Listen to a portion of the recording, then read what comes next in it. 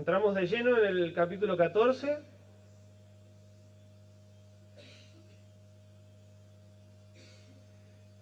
Y hoy vamos a hablar de prioridades en el uso de los dones. Ahora les voy a contar por qué prioridades.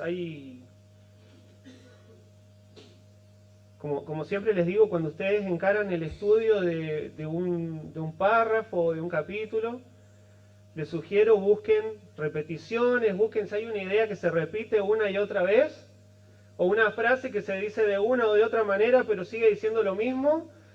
En su estudio ustedes tienen que saber que ese es el punto, ¿sí?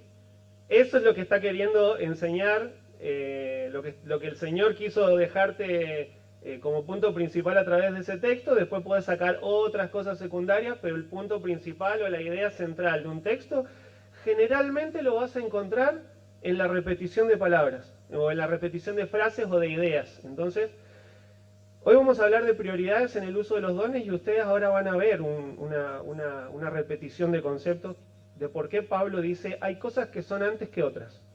Hay cosas que son prioridad por encima de otras. Y aún hay dones que son prioritarios por encima de otros.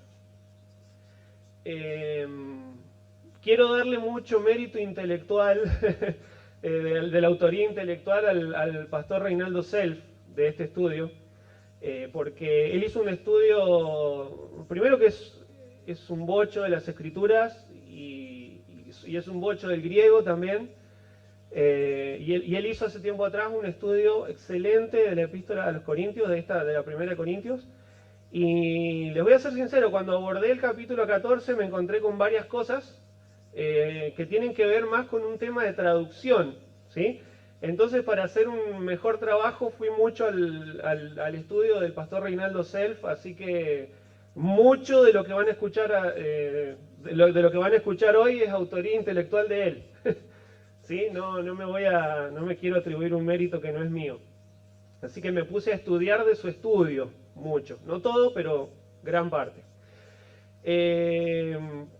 1 Corintios 14, dice el versículo 1, seguid el amor y procurad los dones espirituales, pero sobre todo que profeticéis.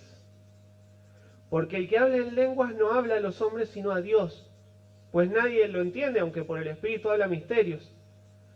Pero el que profetiza habla a los hombres para edificación, exhortación y consolación. El que habla en lengua extraña, a sí mismo se edifica, pero el que profetiza edifica la iglesia.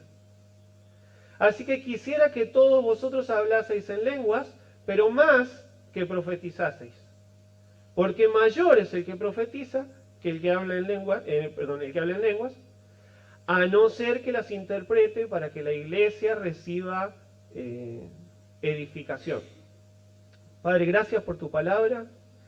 Necesitamos la guía de tu Espíritu Santo. Él es el que nos conduce a toda verdad. Él es el que también nos muestra, Señor, cuáles son las cosas que tenemos que cambiar, cuáles son los pecados, Señor, de los cuales tenemos que arrepentirnos. Él nos muestra las áreas débiles, Señor, de nuestras vidas para fortalecerlas.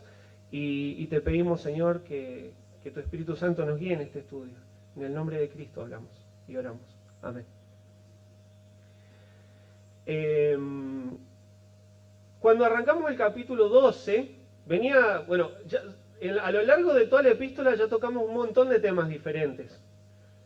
El apóstol Pablo había recibido noticias ¿recuerdan desde dónde estaba escribiendo la epístola?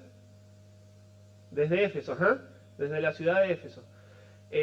Allí a pocos kilómetros, pero del otro lado del mar. Y había recibido noticias. Unos hermanos él mismo lo dice para el final de la epístola en el capítulo 16, que habían venido hermanos que le trajeron noticias sobre las cosas que estaban pasando en la iglesia de Corinto.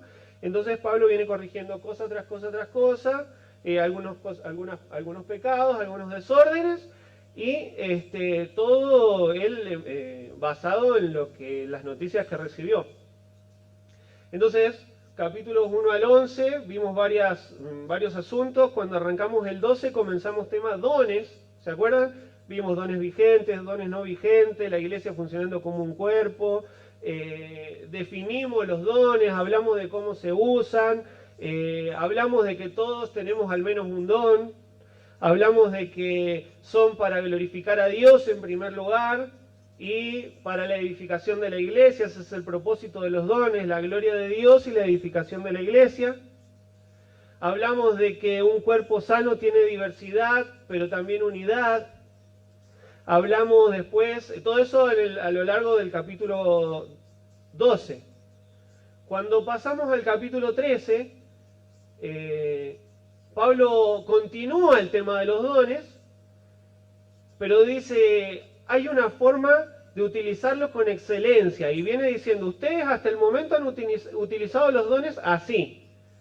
Conocen la parte técnica, la conocen, ya saben cómo son los dones, cómo funcionan, cómo es un cuerpo, e incluso había algunos desórdenes en el uso de los dones. Había quienes, ¿recuerdan? A miembros del cuerpo que decían, porque no soy esto, no soy del cuerpo, diciendo no voy a funcionar, y el apóstol Pablo les dice, no, ustedes son del cuerpo, por más que no quieran funcionar, son miembros inactivos.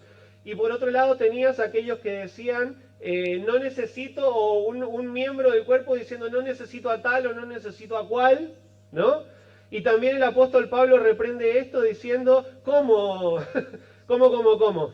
Todos somos importantes, todos hemos sido puestos por el Espíritu Santo, todos tenemos una función, no puede decir un miembro de otro que no lo necesita.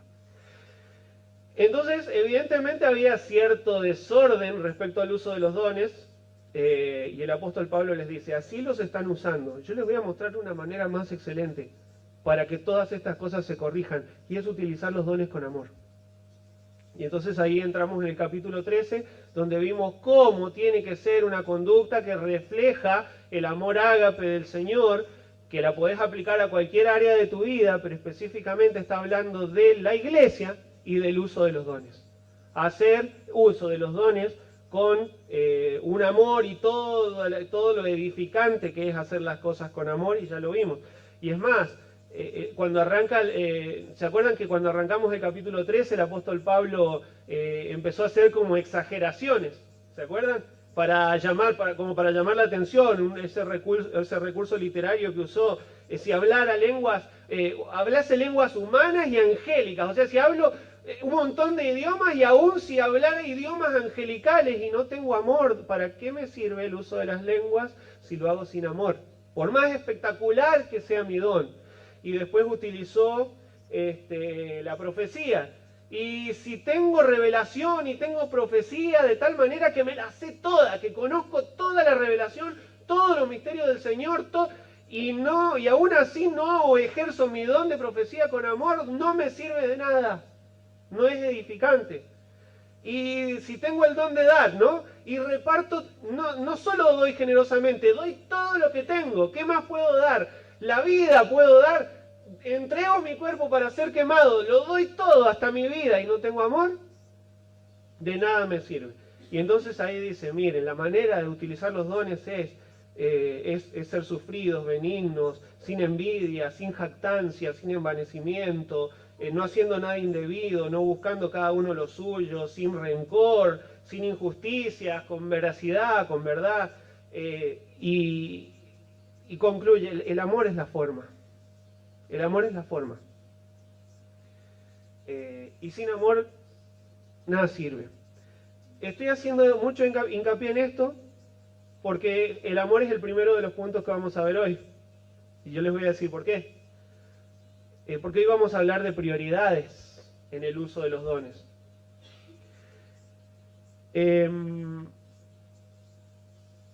Muchas de las noticias que le habían llegado a Pablo en Éfeso y que Pablo responde con una carta a los Corintios tenían que ver con desórdenes en el uso de los dones.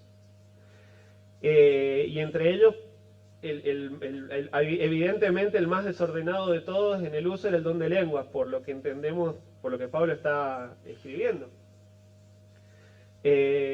Todos queriendo hablar en lenguas, ahí los tenías a todos buscando el hablar en lenguas, considerándolo como un don superior, y nadie traducía, y como era un don vigente, lo hacían, pero lo hacían sin traductores. Y lo vamos a ver ahí a continuación. Y lo estaban haciendo todos a la vez de manera desordenada y no había traductores. Y entonces como no había traductores nadie entendía nada.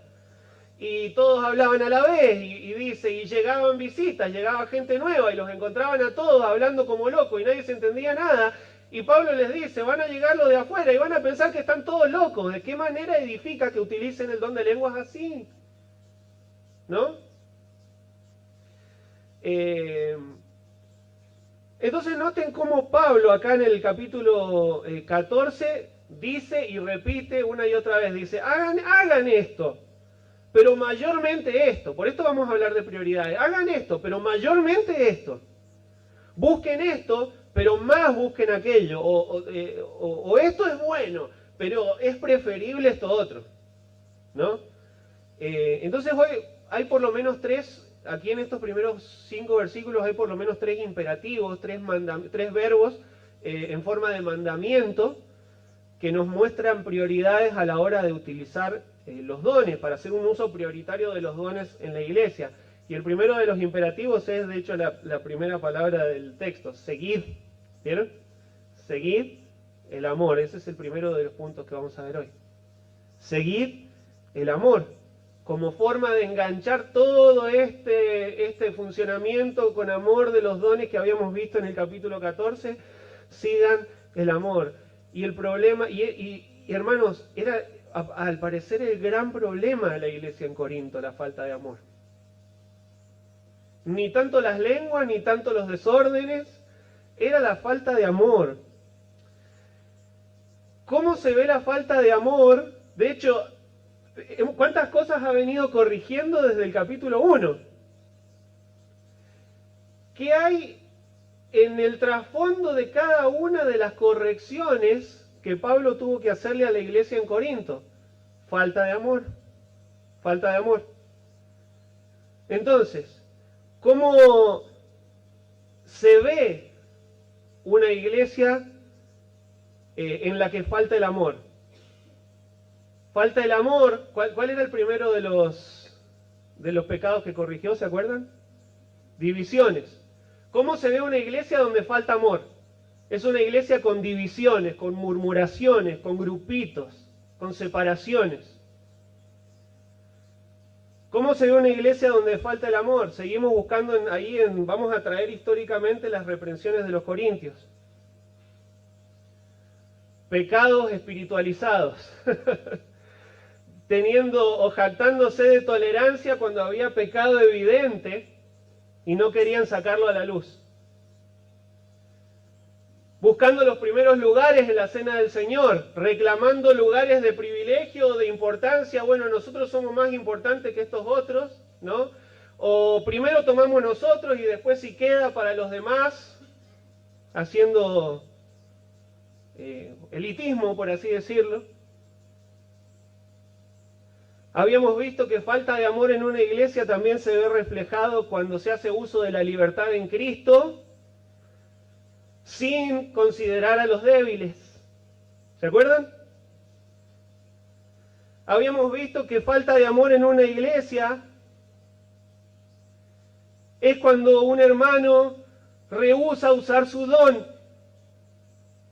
Habíamos visto que falta de amor en la iglesia es cuando hay conocimiento doctrinal sin amor, envanecimiento.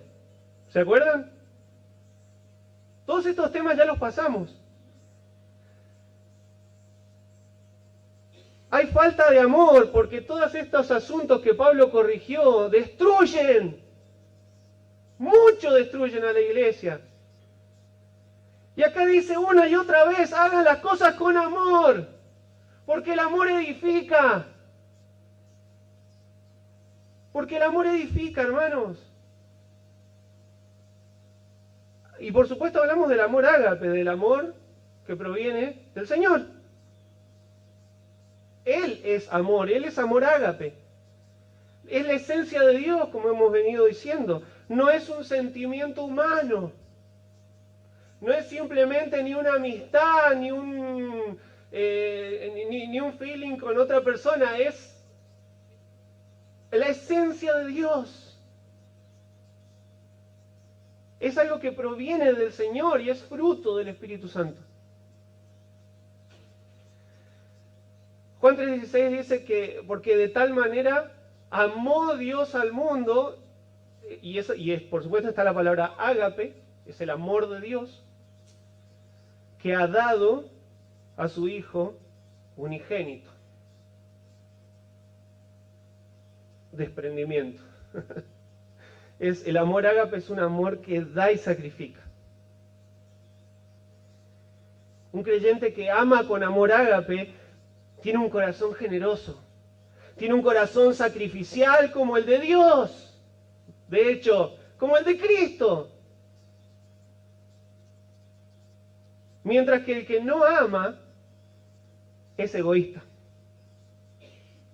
Falta de amor se ve en no querer dar y no querer darse. Que es todo lo que Dios y Cristo han hecho y nos han dejado como ejemplo. El amor ágape del Señor es sin condiciones.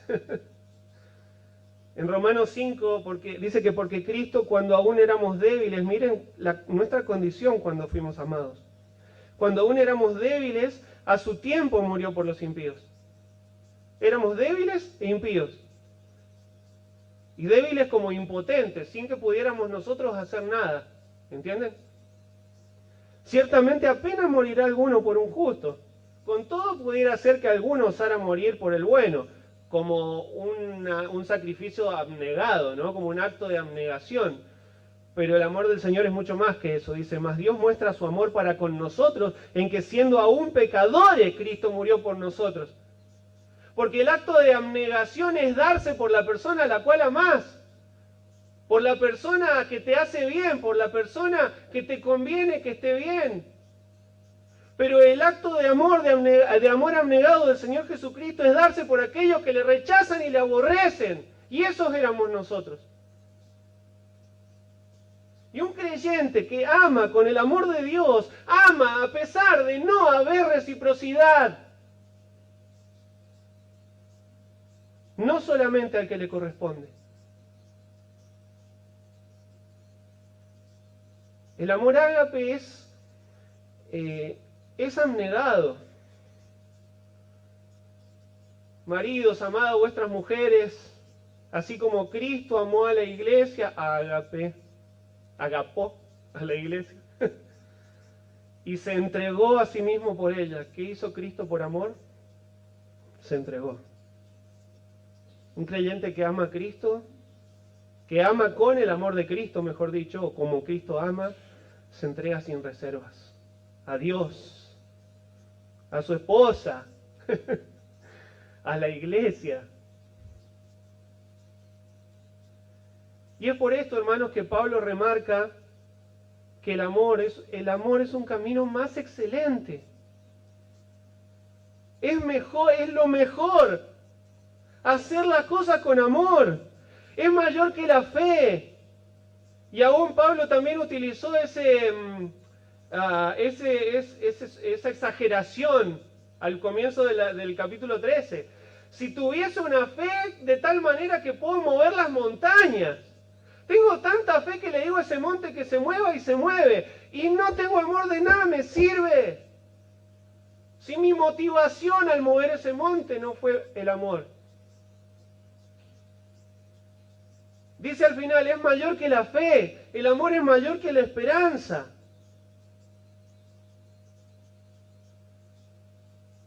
Y pensar en los corintios como iglesia,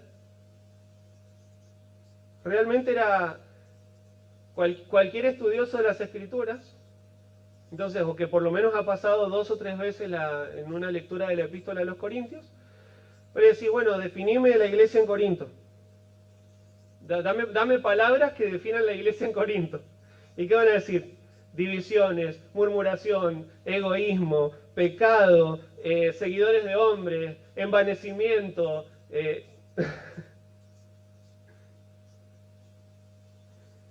¿Se dan cuenta?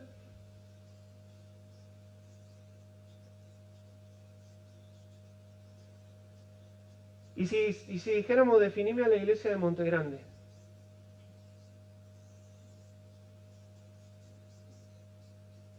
Vamos a tener que decir divisiones, murmuraciones, egoísmo, envanecimiento, pecado. Pero no hablamos en lenguas. Pero no nos tiramos al piso. Qué correctos que somos. Quizá hay cosas quizá hay un rumbo que tenemos que corregir, iglesia. Por eso está este texto acá y por eso hemos tenido que llegar hasta acá en el estudio. El mandamiento del Señor, que Él lo definió como un mandamiento nuevo, ¿se acuerdan? Un mandamiento nuevo os doy. Que os améis unos a otros, y hasta ahí era un mandamiento viejo. Sí, ya sabíamos que nos teníamos que amar unos a otros, en la ley lo dice. ¿Y cuál es la parte nueva? Que se amen como yo los amo. Como Cristo amó. Por eso definí el amor del Señor recién como generoso, sacrificial, incondicional, abnegado y todas esas características que les mostré con versículos. Que se amen, que os améis unos a otros como yo os he amado, que también os améis unos a otros. Y en esto conocerán todos que sois mis discípulos, si tuvierais amor los unos por los otros. En esto van a ser conocidos. Cuando se pregunte, definime a la iglesia de Monte Grande en una palabra. Amor. Y la primera palabra que se venga a la mente sea amor. Ay, bendito sea el Señor. Bendito sea el Señor. Que nos convierta en eso. Que nos convierta en eso, hermanos. Es un mandamiento para la iglesia. Es un mandamiento para todos. Seguir el amor. Y es un verbo imperativo, es un mandato, pero también es continuo en el griego. Como ámense todo el tiempo. ¿Entienden? Ámense todo el tiempo, ámense con hechos, ámense siendo unidos, ámense ministrándose con sus dones, ámense siendo generosos, ámense siendo sacrificiales, ámense siendo abnegados, ámense resistiendo las divisiones y las murmuraciones, ámense teniendo humildad en el corazón, ámense iglesia, para que el mundo sepa que son mis discípulos. Porque el mundo no va a conocer que somos discípulos de Cristo si descuidamos el amor.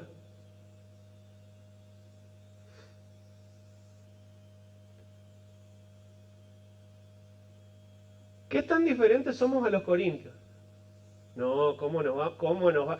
Iglesia bautista que se respeta, ¿cómo me la vas a comparar a la iglesia de Corinto? Seguid el amor.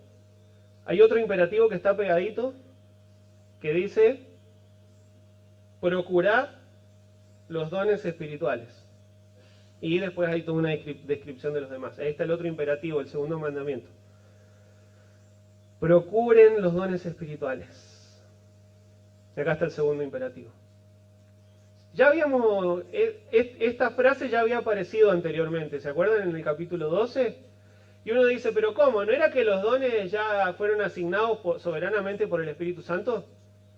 ¿No era que si el Señor me dio un don, no tengo que quejar de mi don, sino hacer uso de él y no anhelar el que tiene otro y no buscar...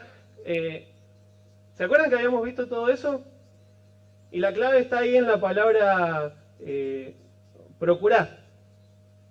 Y que procurar acá no se refiere a buscarlo, a querer tener ese don. Se refiere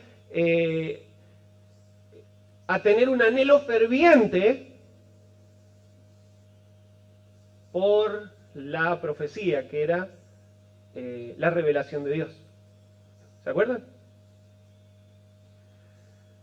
Pero acá no está hablando De hecho, lo interesante es que no está hablando de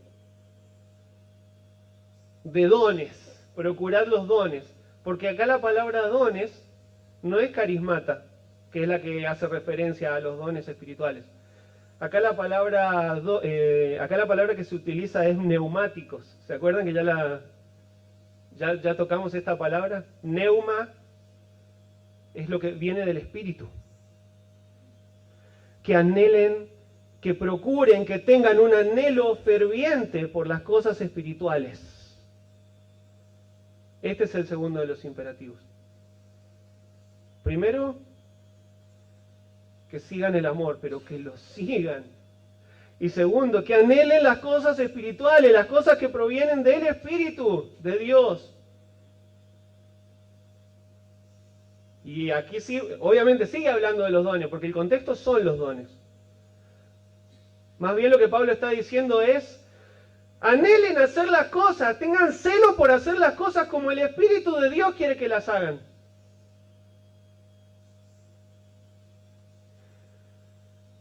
Prioridades. Háganlas, pero háganlas así. Hagan las cosas, pero háganlas con amor. Usen los dones, pero úsenlos como el Espíritu quiere. Y entiendan que hay cosas que son más importantes que otras. Y acá va a poner en la balanza lenguas, profecía. Y va a comparar los dos, estos dos dones. Pero básicamente la idea es tengan un celo por las cosas espirituales. Usen los dones, pero al hacerlo no se olviden del amor, no se olviden de hacerlo bajo instrucción del Espíritu Santo y bajo obediencia a aquel que es la cabeza del cuerpo, que es Cristo. Y también en el griego es una expresión plural. Y acá les leo un fragmento del comentario de MacArthur sobre esto. Dice que para recalcar que se trata del deseo corporativo y mancomunado de la iglesia. Los corintios debían anhelar la expresión y el ejercicio pleno de todos los dones, dice el pastor MacArthur.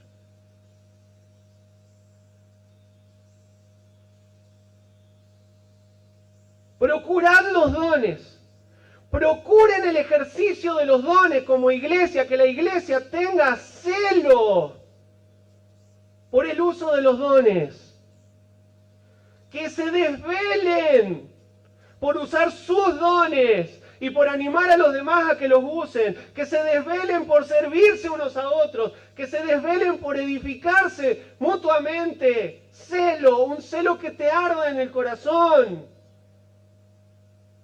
Que nuestros niños, que nuestros jóvenes puedan crecer en un contexto de gente sirviéndose y edificándose.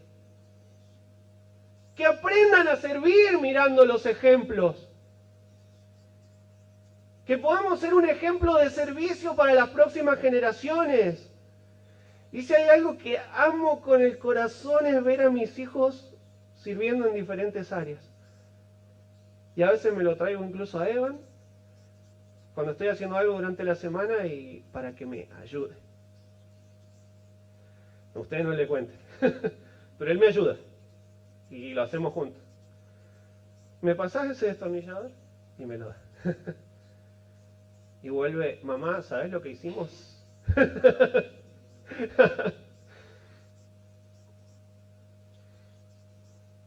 ¿Conocen al cantante Santiago Benavides? Para mí es medio hippie, no es de mis favoritos, pero tiene, pero tiene lindas letras. Y hay una canción que se llama Oración por mis hijos. Y cuando pensaba en esta idea se me venía a la mente una canción de él que dice así: que te amen, Señor, que te amen. Que es, hablando de sus hijos, como él orando por sus hijos, que te amen, Señor, que te amen, que su gran ambición seas tú, que trasnochen soñando tu reino y proclamen tu nombre, Jesús.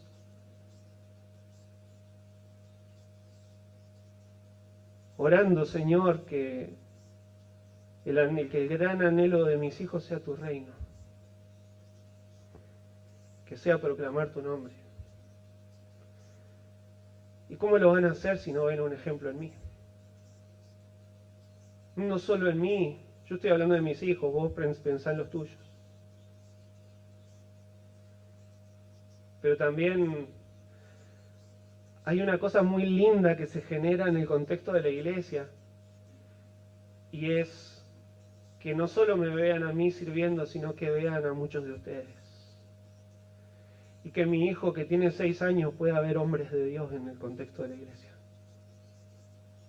Que pueda encontrar ejemplos de servicio, ejemplos de fidelidad, ejemplos de amor ágape. Y mirarlos a ustedes e imitar esos ejemplos también. Porque afuera en el mundo no los encuentra. Es acá. ¿Se dan cuenta? Celo por los dones, celo por las cosas espirituales, celo por la edificación de la iglesia, celo por el servicio aún, que es el medio de uso de los dones.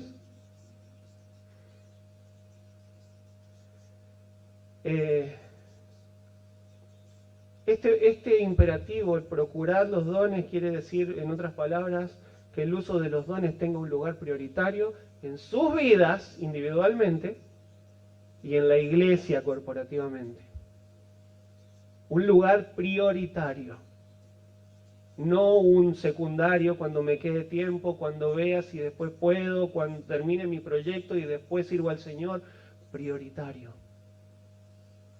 Procurad los dones. Anhelen con celo. Porque para eso nos salvó el Señor. Y el tercero de los imperativos es, interesantemente, anhelen el mejor don. sigue resultando ahí cortocircuito en la cabeza, ¿no? Anhelen el mejor don. Lo sigue diciendo en el versículo 1. Seguid el amor y procurad los dones espirituales.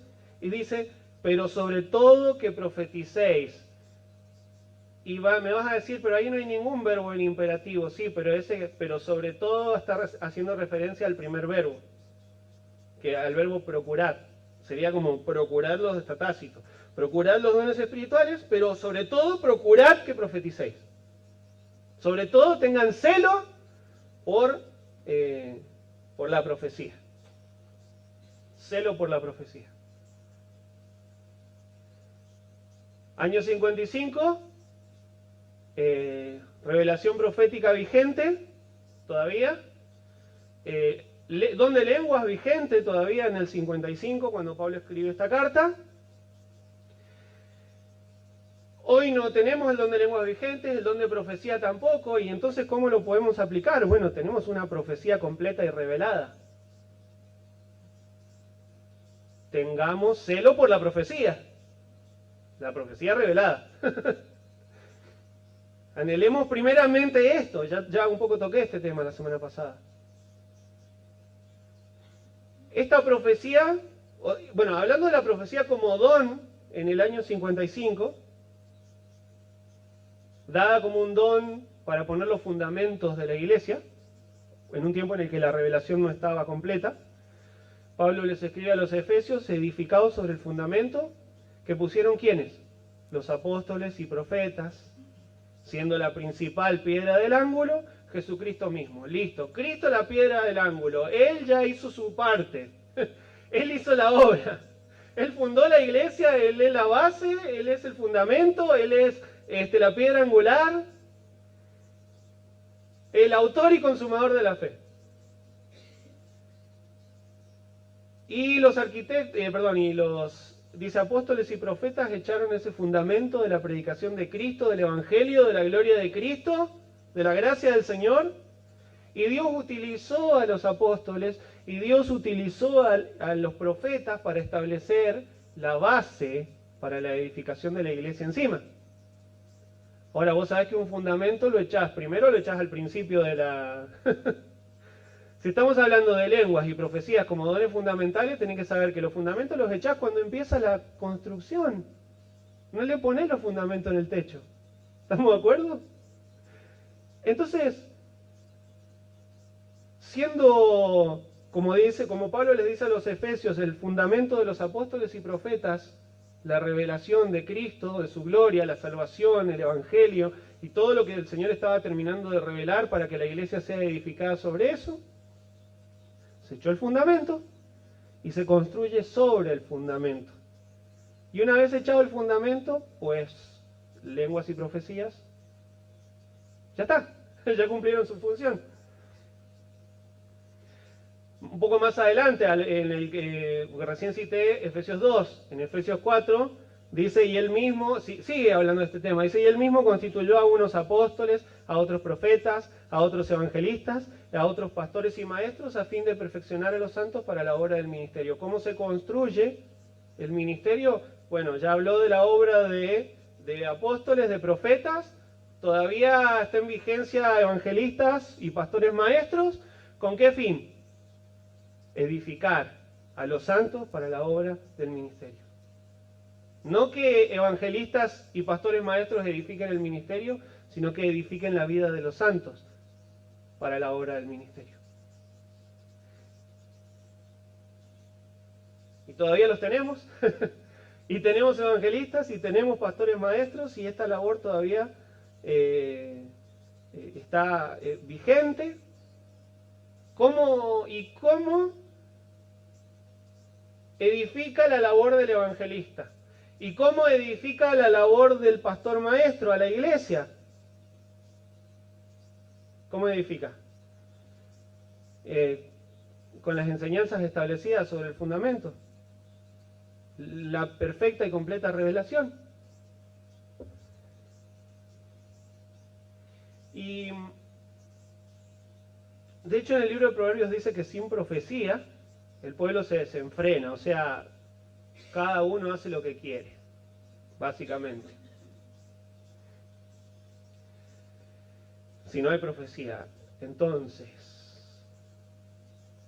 esto más importante que todo, esto es lo más importante que todo, les dice Pablo a los Corintios. No sean bobos, dejen de querer hablar todos en lengua, en otras palabras.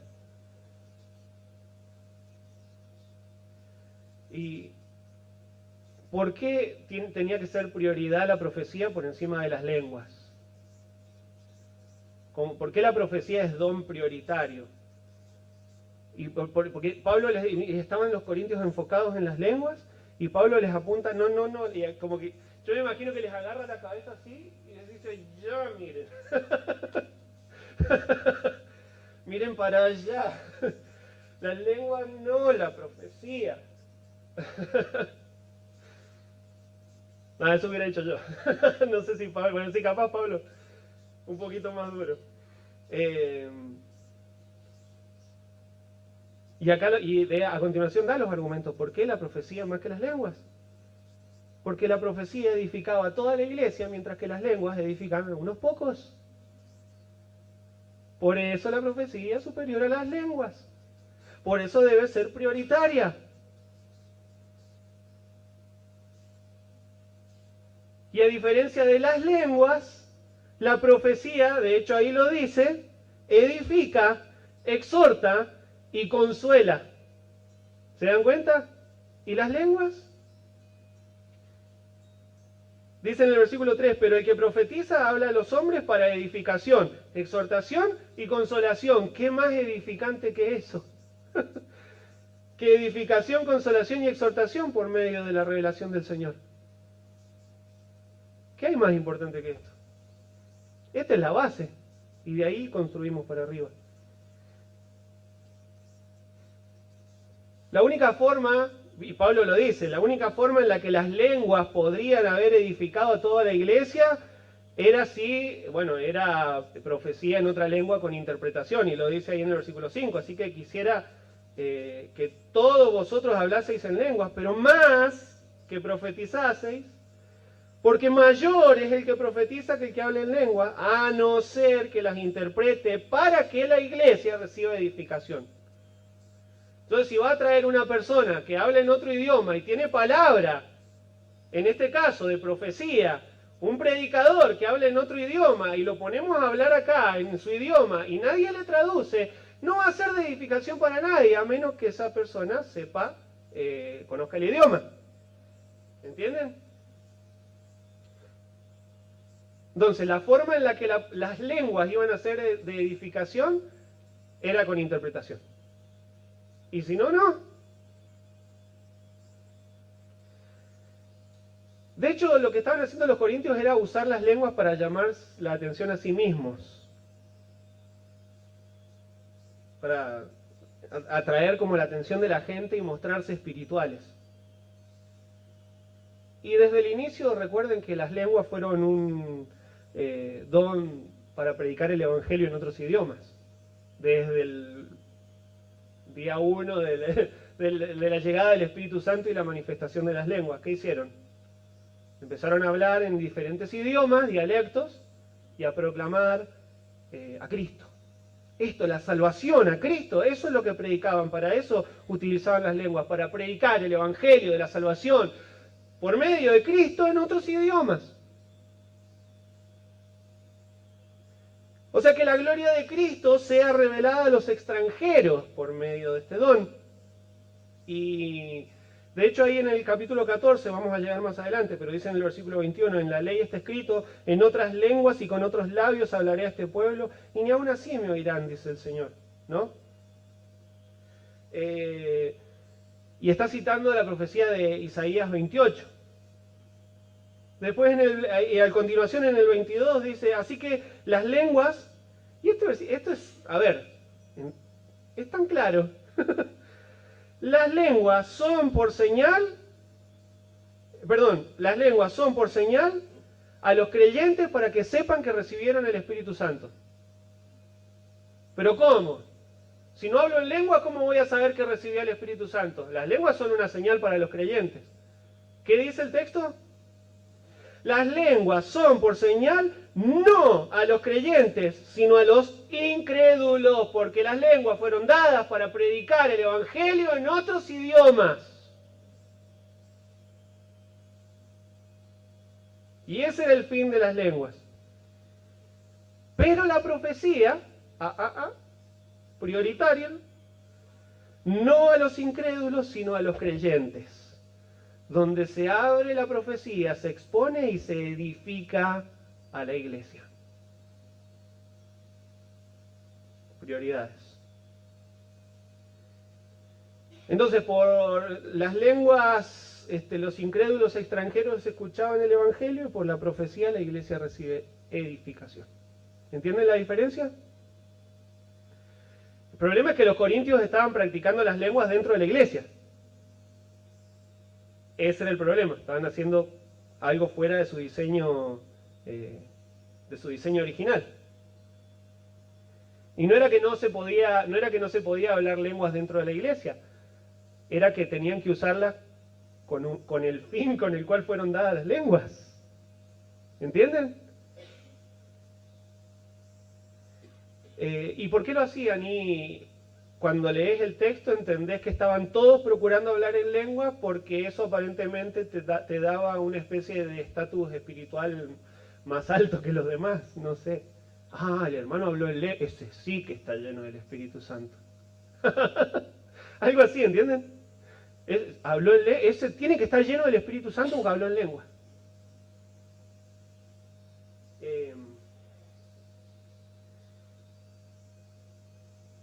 A veces pasa, ¿no?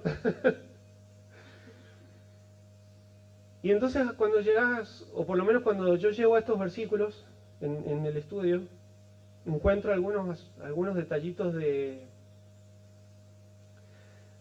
traducción que, como les dije el domingo pasado, digo, ay, qué pena, podrían haber sido un poquito mejor traducidos, pero entiendo también que hubo ahí una intención de aclarar que oscureció. En los textos, porque en el versículo 4 ustedes, por ejemplo, aparece el que habla en lengua extraña, entonces vos le preguntás, ¿y qué es la lengua extraña? Y no, es algo que nadie conoce.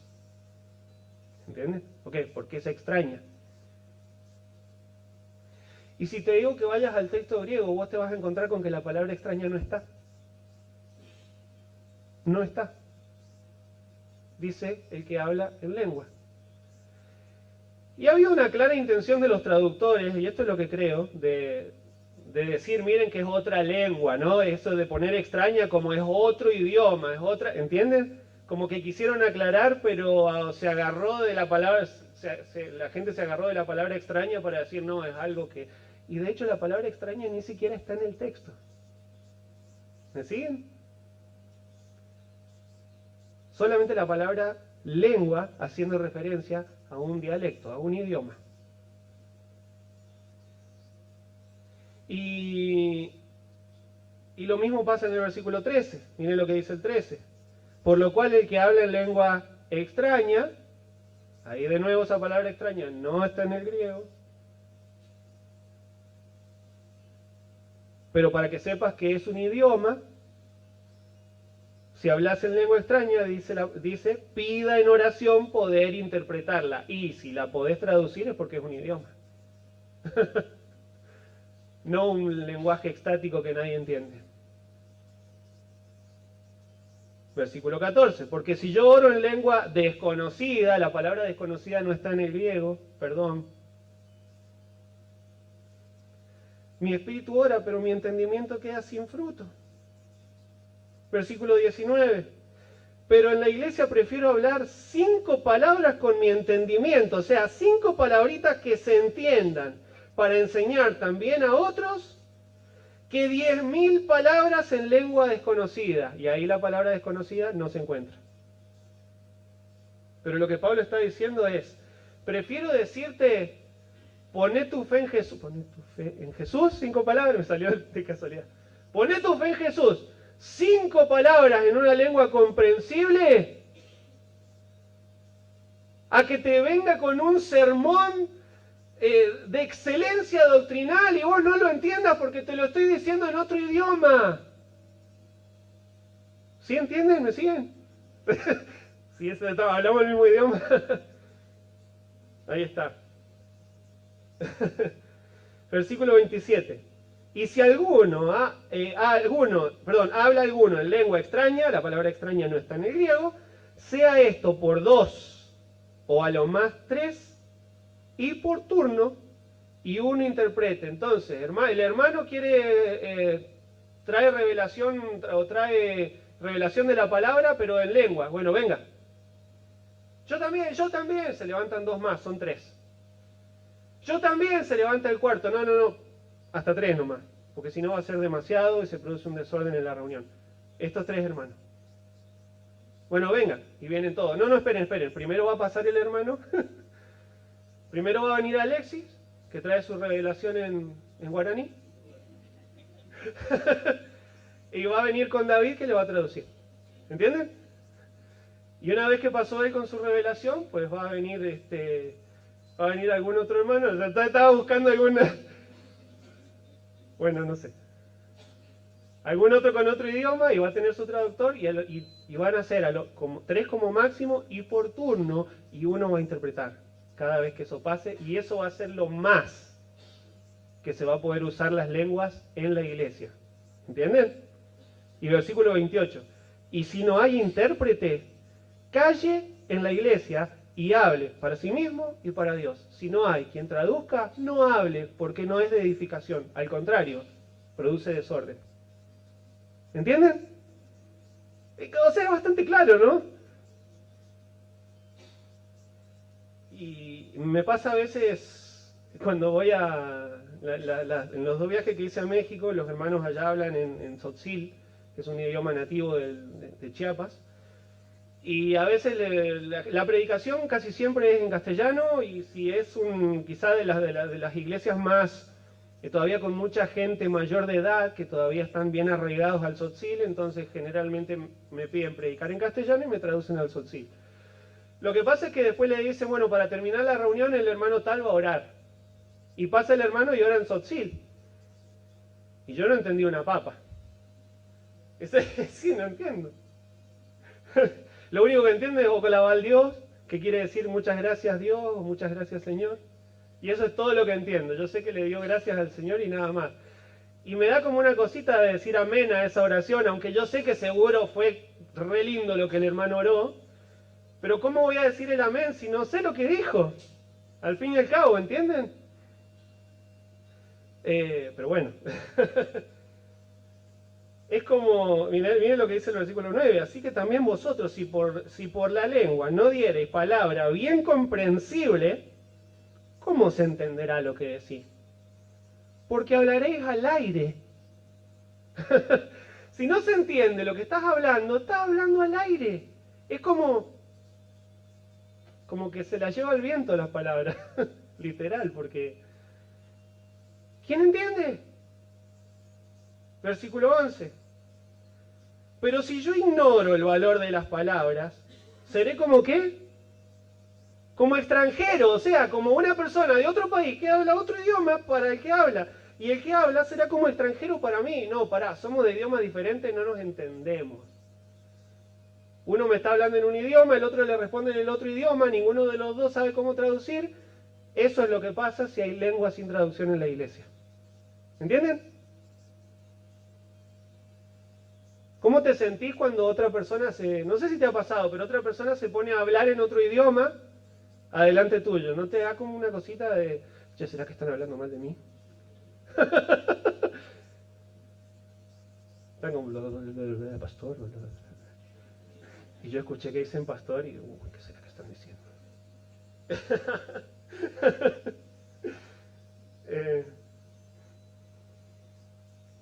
Versículo 2. Perdonen que estoy yendo y viniendo en el capítulo, pero habla todo eso, ¿no?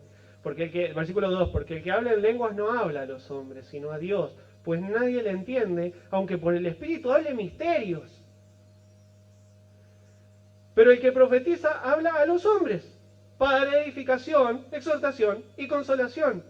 Y el que habla en lengua, acuérdense que la palabra extraña no está, el que habla en un idioma, a sí mismo se edifica, pero el que profetiza edifica a la iglesia. El que habla en lenguas, ¿por qué dice no habla a los hombres? Pero no era para predicar, estamos hablando de hacerlo en la iglesia, sin traductor, ese es el contexto, ¿entienden? ¿Qué sentido tiene que una persona se levante en público en la iglesia y diga palabras que nadie entiende? No es de edificación para nadie. El que habla no habla a los hombres. Está como hablando para sí mismo. Si nadie le entiende, no habla a los hombres. No es de edificación para nadie. Y precisamente el porqué de los dones es la edificación. Los dones son para edificación del cuerpo. Si no edifica, bueno, no es una manifestación del Espíritu Santo, claramente. De hecho, así mismo se edifica. Dice, aunque por el Espíritu hable misterios. O sea que por más que diga grandes verdades teológicas sobre Dios y cosas espectaculares que solamente Él entiende, así mismo se edifica. Así mismo se edifica. ¿Cuál es el propósito de hablar otro idioma en la iglesia sin que nadie me entienda? Y esto era lo que estaban haciendo los corintios, que tenían el verdadero don de lenguas, estaban hablando en otros idiomas en la iglesia, se paraba uno y hablaba en ruso, se paraba otro y hablaba en chino, se paraba otro y hablaba en turco, y hablaban todos a la vez para que todos dijeran, ¡guau! ¡Qué poder del Espíritu Santo que tienen estos hermanos! Y no estaban edificando a nadie. Estaban llamando la atención hacia sí mismos. Eso es lo que estaban haciendo. Y el amor en el ejercicio de ese don, saludos manda. Amor propio, no amor a la congregación. Pero el que profetiza, dice el versículo 4, edifica ¿a quién? A la iglesia. El que expone la profecía es de bendición para todos. ¿Entiendes? En el versículo 18 Pablo dice, doy gracias a Dios que hablo en lenguas más que todos vosotros. O sea que aparentemente, no solo él, Pablo tenía un conocimiento ya natural de varias lenguas, él hablaba en diferentes idiomas por haberlos estudiado, pero es probable que también él haya tenido el don de lenguas. No lo sabemos con exactitud, pero podemos llegar a sospecharlo por lo que dice acá. Doy gracias a Dios que hablo en lengua más que todos vosotros. Pero en la iglesia... pero entonces las lenguas las usás afuera de la iglesia, Pablo. Y sí, porque soy un evangelista y ando en diferentes pueblos predicando a diferentes personas. ¿No? Pero en la iglesia, cuando estoy en la iglesia, Prefiero hablar 5 palabras con mi entendimiento para enseñar también a otros, o sea, para edificar, que 10.000 palabras en lengua desconocida, porque no voy a edificar a nadie. Conclusión, con el versículo 5. Así que, prioridades. Mira, dice Pablo, quisiera que todos vosotros hablaseis en lenguas. Qué lindo deseo, ¿no? Qué bueno que estaría que todos pudiéramos tener el don de lenguas, ¿no? Y poder ir a otros pueblos, a otras etnias, y predicarles el Evangelio de Cristo en sus idiomas. Sería un golazo. Quisiera que todos puedan hacer eso, dice Pablo.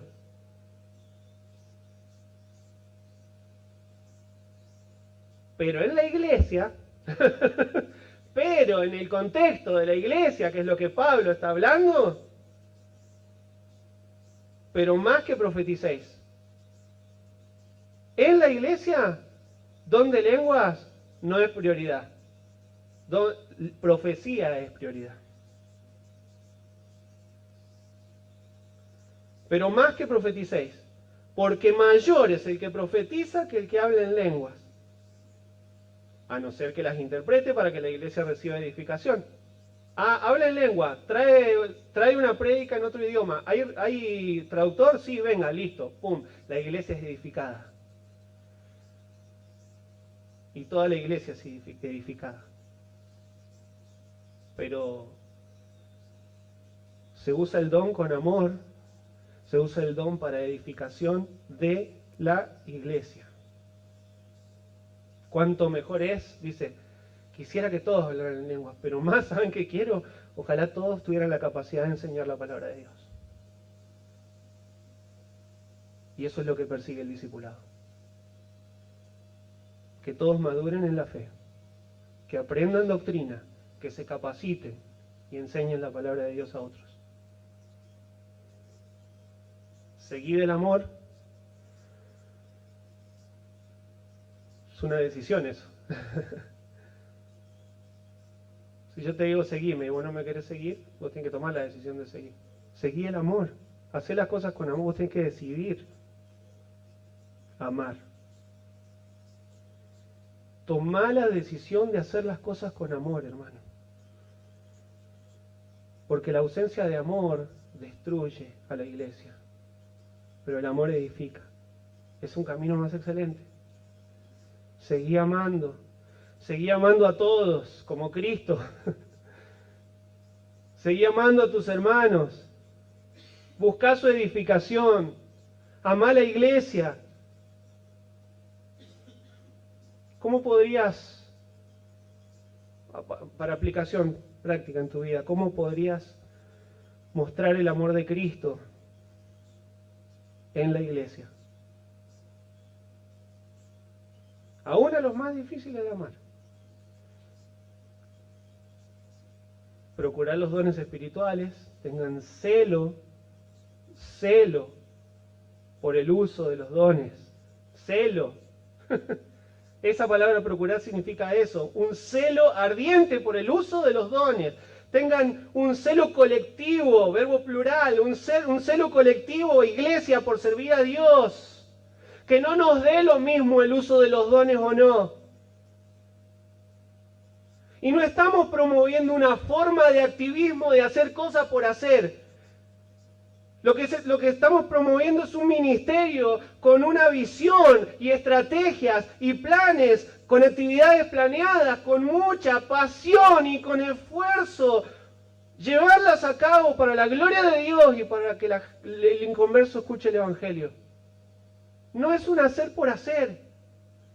No es un trabajemos por trabajar, sirvamos por servir. Es edifiquemos a la iglesia y prediquemos el Evangelio.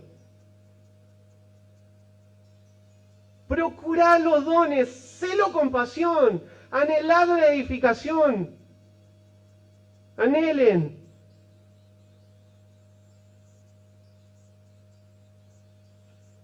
¿Me ayudan, hermanos, por favor, con la música?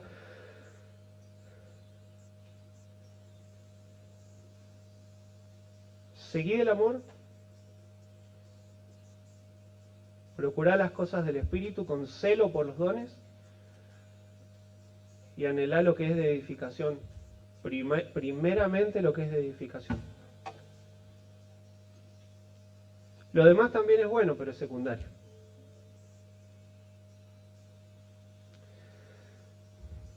Es tiempo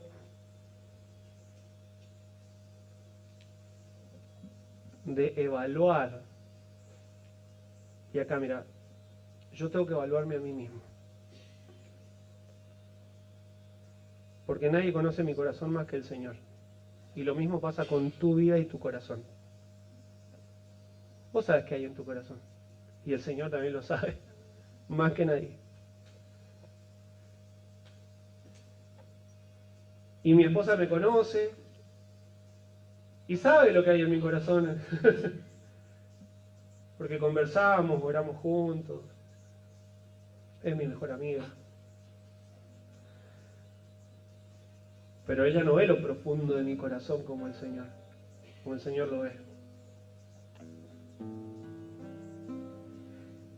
Y yo puedo contarle que las cosas las hago por amor y puedo contarle que amo.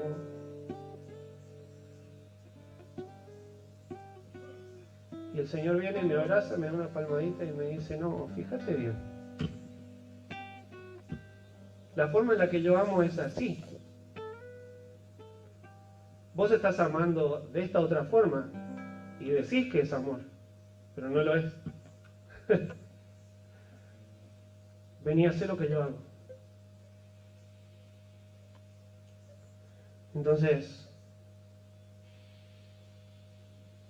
uno no evalúa intenciones de los demás, uno tiene que evaluar intenciones propias. Si mi actitud es motivada por el amor o no. Amor, ¿es amor verdadero? Si es como el de Cristo, el ágape, el que da y se da, el que edifica, el que es abnegado, el que es perdonador, el que es incondicional. Ay, qué lejos que estoy.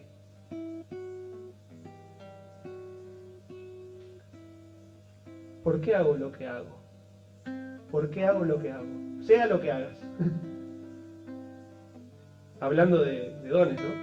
De administración. ¿Por qué hago lo que hago? Vengo a la iglesia para ser ministrado solamente o también para ministrar a otros.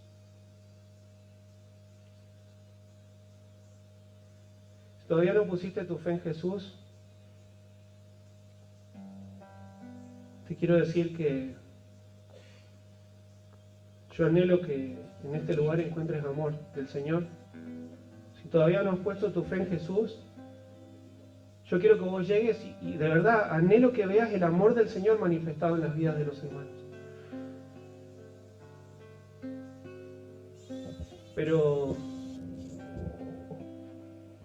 como somos una iglesia constituida de pecadores salvos por gracia, y hoy estamos reevaluando intenciones, y hoy estamos escuchando la voz del Señor para que nos replanteemos si es amor genuino o no, si es amor como el ágape o no.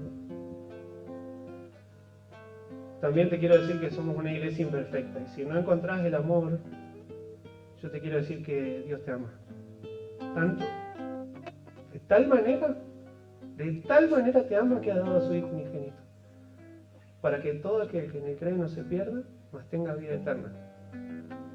Si el Espíritu Santo está hablando a tu corazón hoy y estás entendiendo sobre el amor de Dios, es para vos. Es para vos. Poné tu fe en Jesús. Reconocete pecador así como todos somos.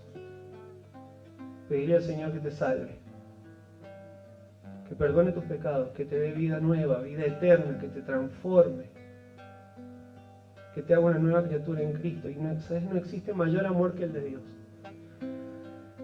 Y los hermanos te vamos a fallar. Te vamos a fallar. Y a veces no te vamos a amar como Jesús te ama. Pero eso no hace que el amor de Cristo sea ni un gramo menor por vos.